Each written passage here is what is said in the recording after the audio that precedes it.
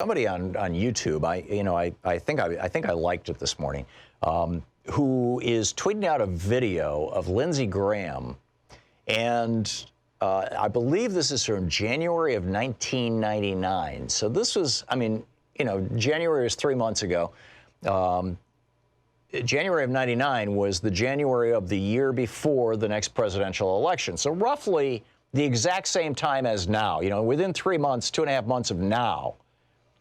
In the 2000 election year cycle, Lindsey Graham took to the floor of Congress to say this. So the point I'm trying to make is you don't even have to be convicted of a crime to lose your job in this constitutional republic if this body determines that your conduct as a public official is clearly out of bounds in your role. Because impeachment is not about punishment. Impeachment is about cleansing the office. We need to play that as often as possible. Robert in Grays Lake, Illinois. Hey, Robert, thanks for listening to Chicago's Progressive Talk. What's up?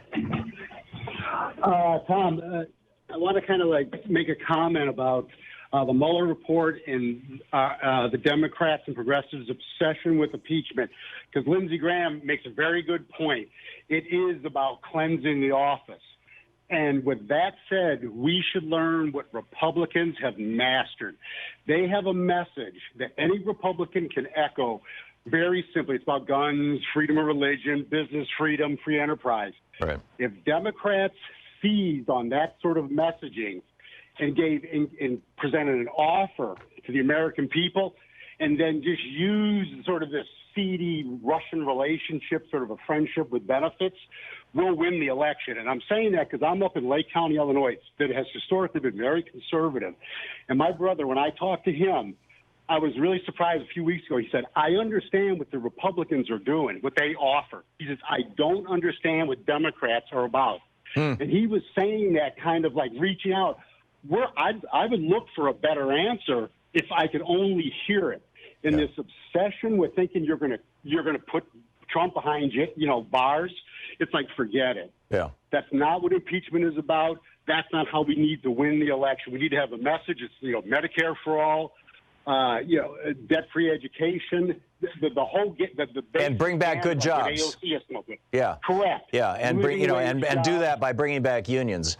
And and I would add, break up the big corporations, but that's not that's too erudite. That's not going to fly. But yeah, I think that we need to boil it down to three simple things. And I think, frankly, the Progressive Caucus has done a good job of that. Debt-free college, which is a fairly broad spectrum, by the way. That would range from absolutely free college to zero interest student loans to there's a fair debt-free college, Medicare for all, or at least health care for all.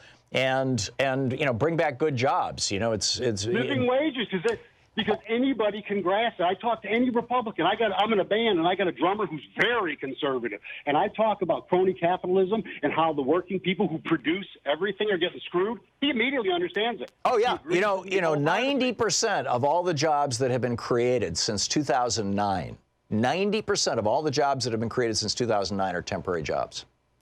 Yeah.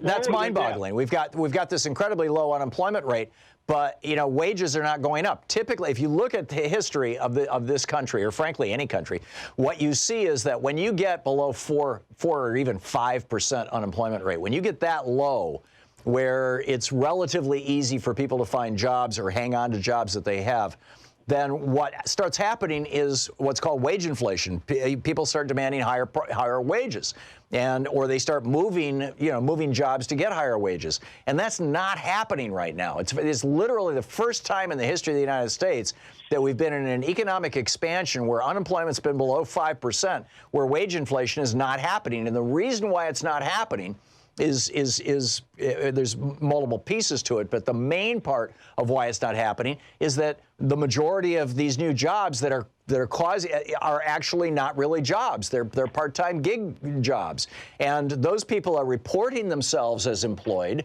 but they're not really employed. If you're driving Uber, you're not really employed. You're running your own little small business, but it's technically you're not employed. FedEx, they lease their employees. I mean, company after company. Apple only has 88,000 actual employees in the United States, but over 1 million people in the United States draw a paycheck that that you could say is from Apple. Company after company is doing this. They're basically hiring temp and part-time people. And when you combine that whole gig economy thing with the fact that we've gone from 2% of Americans having to sign non-compete agreements in 1980 to almost 45% of Americans signing non-compete agreements now. And in some sectors, it's in 80 and 90% now. What these non-compete agreements do is they prevent people from moving from job to job in order to get better pay. And they're most widely used. I mean, they used to use them to protect secrets. They were popular in high-tech industries. But now they're and by the way, they're illegal in California, which is one of the reasons the Silicon Valley once prospered. But now they're being used in the fast food industry. They're being used in minimum wage jobs that you can't, and the majority of people sign these non-compete agreements on their first day of work. They don't even know that it's going to be a condition of their employment. Sometimes they don't even realize what they're signing. They're just given like 20 sheets of paper. Oh, here's your health insurance. Here's your, just sign all this stuff. And the result of all these things, when you combine them, is that wages are not going up. And people know that. And so bringing back good jobs, bringing back good pay. And of course, the death of unions, a big piece of that too. But